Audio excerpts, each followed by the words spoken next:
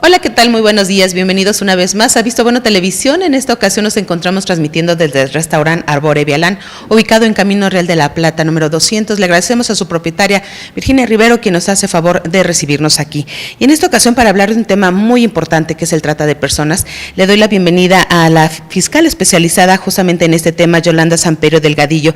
Ella viene de la Procuraduría General de Justicia del Estado de Hidalgo. Licenciada, muchas gracias por acompañarnos. No, muchísimas gracias a ustedes de darme la oportunidad de poder platicar con ustedes respecto de este tema. Es un tema bien interesante, con muchísimas aristas que quisiéramos que la gente de alguna manera se acercara. ¿Cómo hacer que la gente entienda de este fenómeno?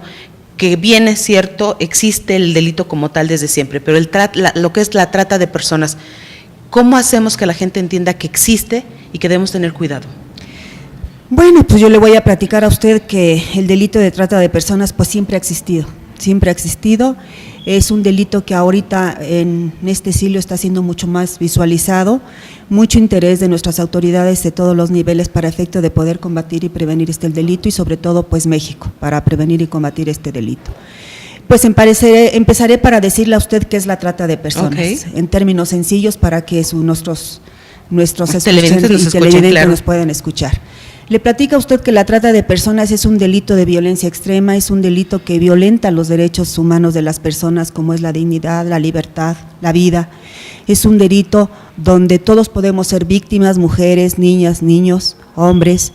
Es un delito que se utiliza el engaño, la seducción para captar y enganchar a las personas. Es un delito denominado la esclavitud del siglo. Eso es la trata de personas. Cualquier persona de cualquier edad, de cualquier condición social. Todas las personas podemos ser expuestos a víctimas de tratas. Obvio, hay un grupo mucho más vulnerable que son las mujeres, los niños y los niños, pero todos absolutamente podemos ser víctimas de trata. Aquí la trata no distingue edades, situación económica, condición de ninguna índole. Todos podemos estar expuestos a ser víctimas de trata. ¿Hay diferentes tipos de trata de personas? Sí, estaríamos hablando de la explotación laboral, la explotación sexual. Obvio es que la más visualizada es la explotación sexual. En este tipo de delito, ¿se podría llegar a el tráfico de órganos? O sea, por supuesto, justamente es un camino para… Es una de las formas de la trata, es una modalidad de la trata de personas, el tráfico de órganos. En México no se tienen muchos antecedentes respecto de esta modalidad.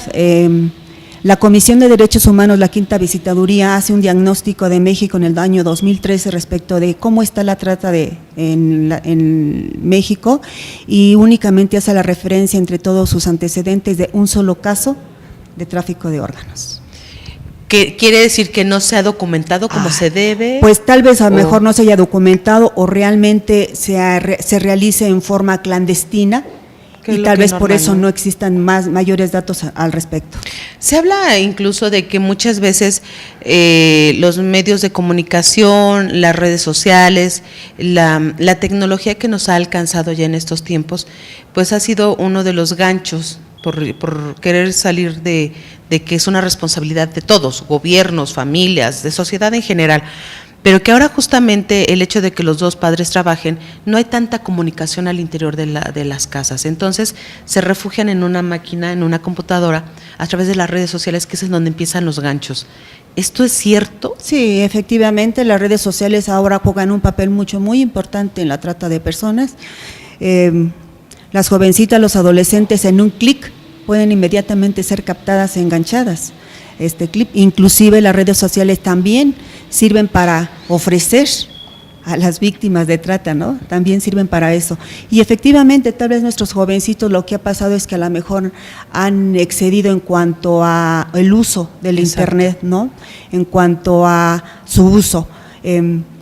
Tal vez, como usted decía, a lo mejor la falta de comunicación que hay entre padres e hijos, a lo mejor eso motiva que esa comunicación sea suplida por las redes, ¿no? Y que a lo mejor los jovencitos pasan horas y horas en las redes y que inclusive hacen relaciones de amistad que tal vez no saben que quien está del otro lado no es un menor de edad o una persona a su edad, sino puede ser una persona adulta que lo que está buscando es precisamente captarla y engancharla para ponerla en riesgo y convertirla en víctima de trata. E inclusive muchas veces las redes son utilizadas para la seducción del noviazgo, ¿no? Claro. Del noviazgo, donde empiezan a captar y a enganchar a las jovencitas, a preguntarles todo lo que implica su relación familiar, cómo está conformada su familia, empiezan a atender cuántos bien integrantes forman su familia, telaraña. a qué se dedica ella, Claro. qué es lo que hace ella.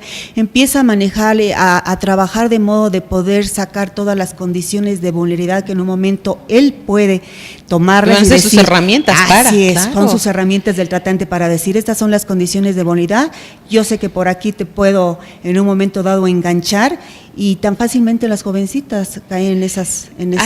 ¿Hay alguna estadística de qué tanta niña o adolescente cae en esto? Pues mire, según los antecedentes, efectivamente, las jovencitas tienen mayor riesgo, ¿no? Mayor riesgo de convertirse en víctimas de trata, pero también las personas adultas, mujeres, también corren ese riesgo de convertirse en víctimas de trata. Qué difícil tema, porque bueno, a fin de cuentas es demostrar que todos somos vulnerables y todos en algún momento de una u otra forma podemos caer en esto. ¿Qué pasa con las instituciones de educación?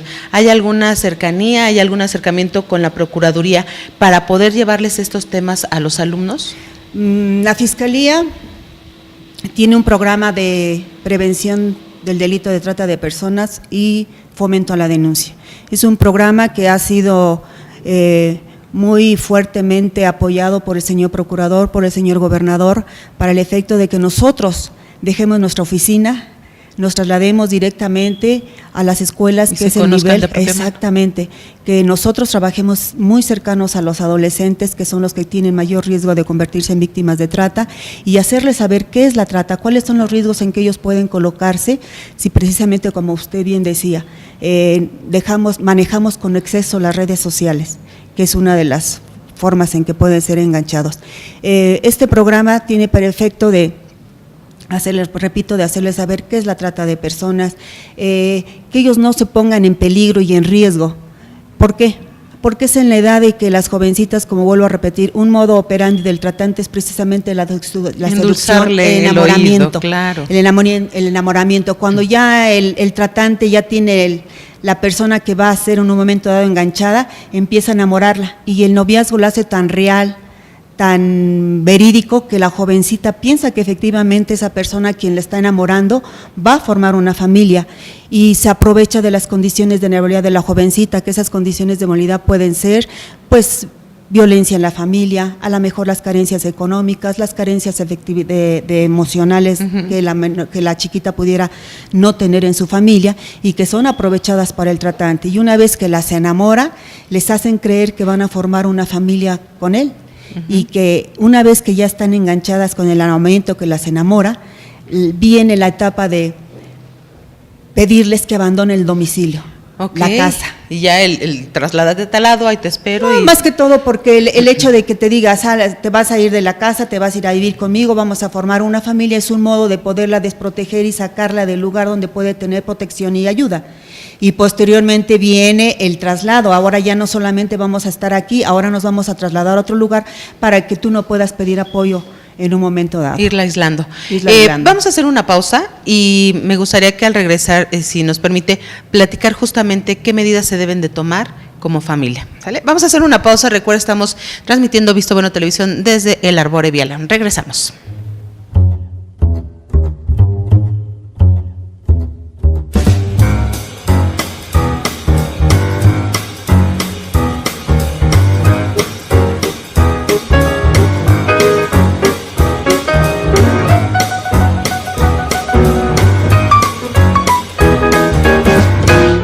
Que sigue con nosotros, le recuerdo, se encuentra con nosotros la fiscal especializada para la atención de delitos de trata de personas de la Procuraduría General de Justicia del Estado, Yolanda Samperio Delgadillo.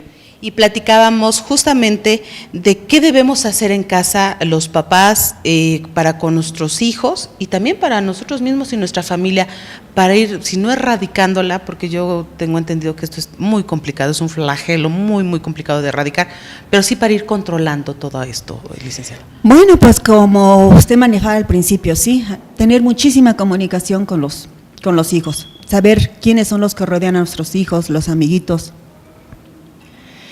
Tener mucho cuidado también en respecto de los teléfonos, porque ahora ya con los teléfonos de que todos los papás a lo mejor se nos hace muy fácil de darles un teléfono a los hijos, ¿no? Sin tener el control. Sin tener el control sobre el teléfono, y que tal vez a lo mejor, si bien es cierto, los niños tienen sus derechos, también nosotros debemos de tener como padres, tener mucho cuidado quiénes son los que en un momento dado, cómo es que el niño maneja su teléfono, se relaciona, ¿no? Utilizando el teléfono, porque vuelvo a repetir, muchas veces hacen relaciones de amistad cuando no saben que a lo mejor la persona que está atrás es una persona adulta y no una persona que aparentemente pone una fotografía que dice soy de tu misma edad, cuando realmente estamos hablando de que es una persona de mayor edad.